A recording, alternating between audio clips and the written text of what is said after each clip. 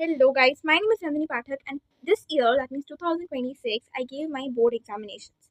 So, उसी के बारे में पूरा वीडियो रहेगा दैट माय स्ट्रैटेजी प्लान्स जो भी like mistakes I did what all you can do how my exams went तो वो सब ठीक है बेसिकली देखो this is going to be very informative video if you want you can make notes because मेरा पूरा साल I have analyzed and I have made points some points are there so I've made points so that you can keep these points in mind from the beginning ताकि जो mistakes हम किए वो mistakes you do not repeat in your beginning. If you are a class 10 student have given class 9th or maybe somebody would have been like in the mid of their class 10th, no matter if you apply this and whatever you have learned from your own experience from the previous classes, if you add that, it is going to be absolutely fantastic in your class 10 final board examinations. ठीक है, तो देखो सबसे पहले 2026 paper, if anybody of you have given the paper or anybody would have been following 2026 papers, you know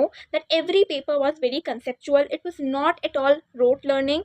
So many students find some papers difficult, like many of my friends. In fact, even I found that the physics paper was quite difficult and quite more conceptual than what it like actually was in the book. But then obviously to the science subject, तो conceptual things will obviously be there. हाँ कुछ चीज़ out of syllabus भी आया था, तो that's a different part of it. But most of the question was conceptual. I won't say it was hard because जो लोग जो लोग अच्छे से समझे थे वो लोग के लिए पेपर easy ही था. जो out of syllabus था उसका तो खैर like जैसे कि if anybody would have given the lens question was out of syllabus. But इस पूरे पेपर के थ्रू आउट एक चीज़ जो सीखने को मिला वो है कि एग्ज़ाम देना कैसे है. ठीक है, लेकिन प्रीवियसली भी just use to give exam the next day we use to forget कि चलो कोई नहीं, लेकिन this time giving so many exams continuously mock test pre boards और अब लाइक फाइनली बोर्ड्स, तो we learn so many thing in this entire process from कि भाई सिलेबस कैसे ख़त्म करना है, लाइक शुरू करना है ख़त्म करना है, उसको कैसे रिविजन करना है, टू द पॉइंट कि एग्ज़ाम में बैठ के क्या मतलब कुछ कुछ ऐसे क्वेश्चंस होते हैं जो आपको नहीं आ रहा होता है, बट फिर भी उसको किस तरीके से लॉजिक लगा के करके आना है, या किस तरीके से क्वेश्चंस को अटेम्प्ट करना है या चूज़ करना है कि कौन सा क्वेश्चन आपको करना है. ये सारा जो चीज़ था ये सीखने को डेफिनेटली मिला. तो this was one of my foremost lesson and applying all these learnings in class 11th and 12th is going to be my strategy. Anyways, तो अब देखो जो मेरा एक्सपीरियंस था वो उतना भी ज़्यादा लाइक जिस तरीके से 10th के बोर्ड्स बहुत ज़्यादा ओवर रेटेड हैं कि बहुत पैनिक होता है, ठीक है, मतलब ये वो ऐसा कुछ नहीं था.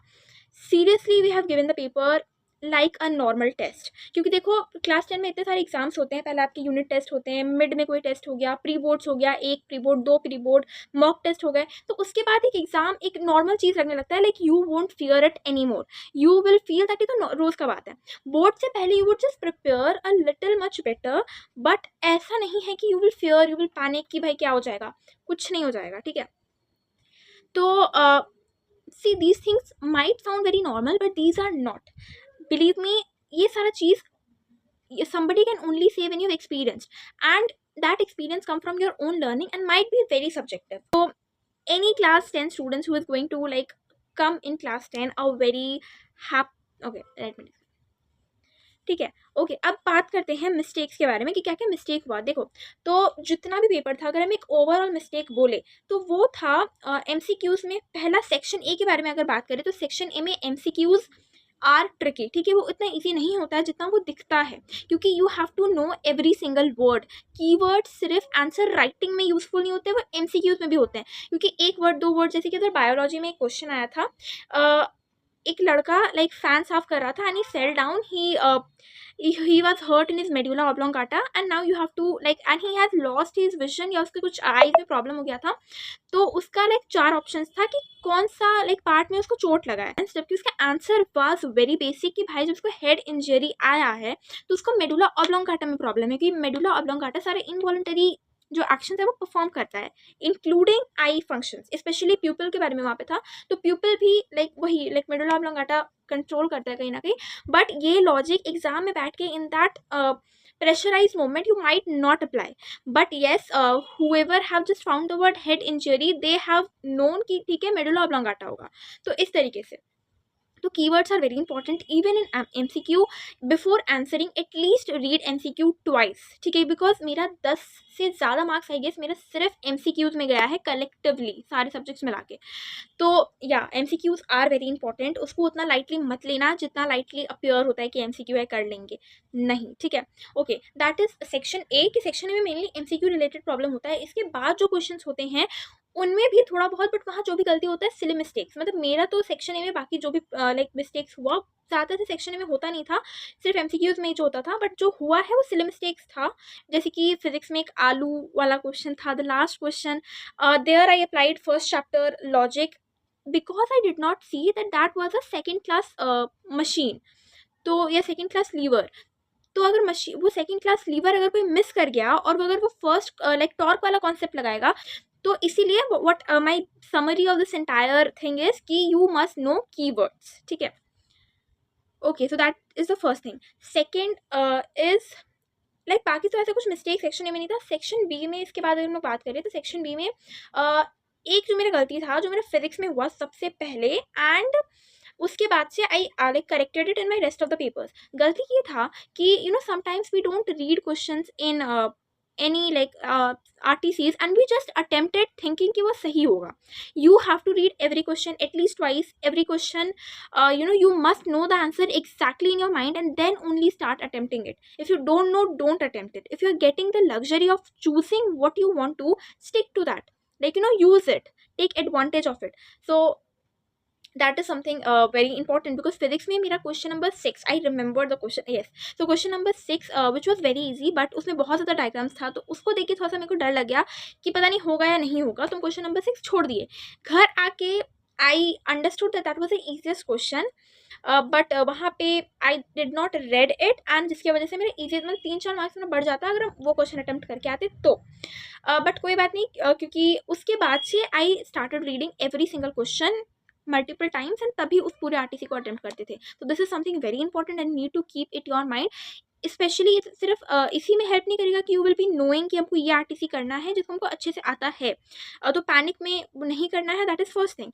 Second thing, it will also help you in time management, ठीक है. मतलब when you know, when you have already red, भले आपको 5 मिनट लगे चूज़ करने में कि आपको क्या करना है, no problem. At the end you will be so free और आपका टाइम इतने अच्छे से मैनेज होगा उसके बाद कि you know you will not realize. अगर आपका पहला 20 से 25 मिनट एग्जाम शुरू होने से पहले यू हैव क्वालिटी वाइज आपने पूरा वो 20 से 25 मिनट अच्छे से यूज़ किया, लाइक इंक्लूडिंग रीडिंग टाइम, तो फिर आपका पूरा जो 2 घंटा है वो बहुत अच्छा जाएगा. तो वो 20 से 25 मिनट जो आपको रीडिंग टाइम प्लस 5-10 मिनट उसके बाद का मिलता है, you have to use it very wisely, ठीक है. इसको एक्सपेरिमेंट करके देखना अपने प्री बोर्ड्स में, मॉक टेस्ट में अगर रीडिंग टाइम मिलता होगा तो it is going to be very helpful, ठीक है. Next we see notes. Now many student ask, many people like they ask that notes क्या करें, notes बनाना है नहीं बनाना है. देखो मेरे लिए it is very subjective, it is very subject to subject wise depend करता है कि आपको किस चैप्टर में किस टॉपिक में नोट्स चाहिए, नोट्स नहीं चाहिए. इफ़ यू फील दैट किसी चीज़ को आपको बुक से डायरेक्टली पढ़ना है तो नोट्स मत बनाओ, क्योंकि you know just blindly book को कॉपी करना इज़ नॉट नोट्स, दैट्स ठीक है. और उसमें भी जो लोग सुंदर नोट्स बनाते हैं, जो लोग मतलब ऑर्गेनाइज नोट्स बनाते हैं, मे बी अगर आपको ऐसा लगता है कि आपको बुक से नहीं पढ़ा जाता है इन मोमेंट पे and you study from copy, very nice, ठीक है. तो you can make notes, but yes if you want that किसी टॉपिक के लिए आपको शॉर्ट नोट्स बनाना है, फ्लोट चार्ट्स बनाना है, you need to remember these bullet points, keywords in any subject, definitely you can make that. Specially मेरा starting से कोई नोट्स नहीं बना हुआ था, जो गैप डेज मिल रहा था उसमें हम कुछ शॉर्ट नोट्स बना रहे थे जो कि हम लास्ट मोमेंट पे रिविजन करने के लिए या फिर यू नो जस्ट एक बार याद करने के लिए जस्ट एक बार लिख लेते थे, बस उतना ही मेरा नोट्स था. एंड स्टार्टिंग से ऐसा नहीं था कि हम लिखते ही नहीं थे, लिखते थे बट वो मतलब उतना ऑर्गेनाइज नहीं रहता था, क्योंकि I never like made that, मेरे लिए नोट्स इतना वर्क नहीं करता था इसीलिए. But you can experiment it on your self कि नोट्स अगर अच्छा है देन मेक इट. तो ये बहुत ही ज़्यादा सब्जेक्टिव है, अगेन एज आई सेड, तो वो आपको देखना पड़ेगा कि किस तरीके से या किस टाइप के नोट्स आप प्रेफर करते हैं, ठीक है. Next is your calm mind. See very important, do not panic कि भाई क्लास 10 में आ गया, 4 महीना बचा है, 3 महीना बचा है. This is not going to work. What you need to do is that starting से स्ट्रैटेजी बनाओ, नहीं भी बनाए हो तो एटलीस्ट स्टार्ट स्मॉल स्टेप्स. लिखिए जो भी चैप्टर, तो एटलीस्ट स्टार्ट स्मॉल स्टेप्स, जो भी चैप्टर पसंद है just start with it, complete it fully, summarize it the way you want it. इसके अलावा अगर नोट्स बनाना है तो नोट्स बनाओ। अगर स्पेशली डायग्राम बेस्ड क्वेश्चंस बहुत ज़्यादा आते हैं, कॉम्पिटेंसी बेस्ड क्वेश्चंस बहुत ज़्यादा आते हैं, तो उस हिसाब से अपने माइंड को तैयार करना भी बहुत इंपॉर्टेंट है। For that you can watch my explanation plus question videos जो कि हम अपलोड करेंगे। That is going to be very helpful because I bring competency based question plus PYQs that is important. तो वो आप देख सकते हैं आगे। I definitely try to post it before time so that you can actually analyze sitting all the questions कि आपसे हो रहा है, तो that I definitely do. And more over आपको बहुत मटेरियल मिलेगा ऑलरेडी बुक में, अगर आप रेफरेंस बुक ले रहे हो तो या फिर you can just go through Google. There are so many question papers या कॉम्पिटेंसी बेस्ड, स्पेशली अभी 2 साल का आपके पास ऑलरेडी 2024 और 5 और 6 का इनफैक्ट है पेपर्स जिसमें उस लेवल के क्वेश्चंस आते हैं, अच्छे लेवल के क्वेश्चंस आते हैं, तो वो आप प्रैक्टिस कर सकते हैं। So you have lot of materials, तो दैट यू कैन डेफिनेटली सी। इसके बाद या तो दैट इज समथिंग। इसके बाद डीप लर्निंग वेरी इंपॉर्टेंट। हर एक वर्ड को अच्छे से समझना है, ऐसा नहीं कि ठीक है डेफिनेशन रट लिए, नो। डेफिनेशन कभी भी डायरेक्ट डेफिनेशन नहीं आएगा, ठीक है, डेफिनेशन को अप्लाई करना भी आना चाहिए। सो या I try to include it in my explanation videos कि हम जितना ज़्यादा हो सके कीवर्ड्स प्लस रीजनिंग के साथ वीडियो बनाएं, so that you can at least have that mind. I'm not telling you direct questions will come, no, but if you know the reasons, if you have the keywords in your mind, at least you can relate it with and write your answers, right? तो उस हिसाब से you have to create your mind कि भाई उस हिसाब से question को पढ़ के एनालिसिस करके समझना पड़ेगा कि किस चैप्टर का, किस टॉपिक का, और एग्जैक्टली उस टॉपिक में से भी किस एग्जैक्ट कीवर्ड के बारे में बोला जा रहा है, जो कि आपको क्वेश्चन में किसी ना किसी वर्ड से पता चल रहा होगा। I will bring some questions like that so that you can prepare yourself, ठीक है, फाइन।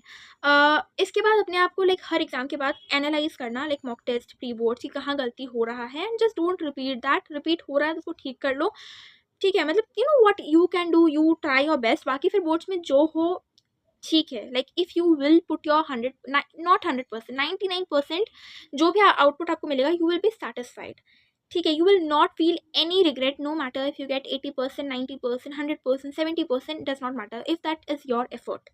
तो what you can do, you can do. What you cannot control, you cannot think. But then very very very very important, this is basically be pre-prepared, ठीक है। why I'm telling this be pre-prepared is because देखो pre boards में आपको उतना नहीं like ठीक है जो भी है ठीक है, बट बोर्ड से पहले जो एक आध महीने का गैप आपको मिलेगा या जो भी उससे पहले अगर हो सकता है तो बहुत अच्छा।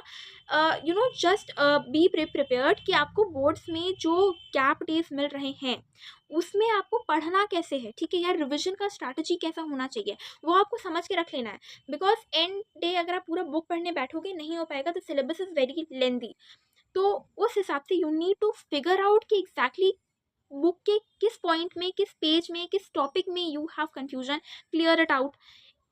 किस टॉपिक को आपको एंड मोमेंट पे रिवाइज करना है, ठीक है, कैसे रिवाइज करना है, अपने शॉर्ट नोट्स प्रिपेयर करके रखो। मेरे केस में तो I just made my short notes in the gap days, क्योंकि मैंने 1-2 एग्जाम में वो वर्क किया, तो I just continued with that. But जो भी है if it is pre prepared, मतलब वो 1 महीने में if you have already done that, it will be very helpful in the gap days. So I guess that is something you can implement and you can just figure out कि कैसा क्या हो रहा है। देखो सबसे पहले it depends on your experience, just experiment, try and figure out what is working for you. जो ये सारे पॉइंट्स थे ये बहुत ही ज़्यादा हेल्पफुल पॉइंट्स थे आई गेस, क्योंकि these are the main mistake जो हम पूरे साल किए, एंड मोमेंट पे कुछ ठीक किए, कुछ नहीं कर पाए, कुछ वहीं से सीखने को मिला। But anyways it's all about learning and moving on, right? So yeah, that is something. Moreover, you need to be organized, especially for subjects like computer, ठीक है, physics, chemistry, you need to be organized। आपको mental clarity होना चाहिए कि आपको पढ़ना क्या है। अगर आपको सिलेबस ही नहीं पता है, if you don't know what you need to study, you will not be able to, क्योंकि उसके अंदर का material is also which you need to remember. For that the first thing you need is clarity and to be organized. उसके लिए अपने आपको starting से थोड़ा सा मेंटेन भी रखोगे तो चलेगा, ठीक है। बाकी उतना ज़्यादा भी ऐसा कुछ नहीं है कि यही होगा, यही करना होगा तो ही, because papers were very predictable. मेरा खुद का मैथ्स बहुत स्ट्रॉन्ग था, प्री बोर्ड्स में I scored 100 on 100 in maths, but final paper में 1 or 2 क्वेश्चंस पर देयर जिसमें हम कुछ मिस कर दिए पढ़ना, ठीक है, नियरेस्ट होल नंबर जैसे कि था कि नियरेस्ट होल नंबर में लिखना है, like found the answer correct but nearest whole number नहीं किए। तो इस टाइप का सिली मिस्टेक्स हो ही सकता है, इट्स वेरी कॉमन। तो ऐसा मत सोच के रखो कि पेपर प्रिडिक्टेबल आएगा, कि मैथ्स है तो मैथ्स लाइक मेरा फेवरेट है तो हो ही जाएगा। पेपर अगर थोड़ा सा भी इधर उधर आया, कुछ भी गड़बड़ हुआ, तो वो नहीं हो सकता है, राइट। तो you need to prepare every subject equally well. क्योंकि केमिस्ट्री, सपोज केमिस्ट्री बहुत लोगों को डर लगता था कि केमिस्ट्री हार्ड आएगा। This time chemistry was one of the easiest paper in science. Physics मेरा खुद का बहुत अच्छा था, I have scored highest in my class in pre boards like more than 90।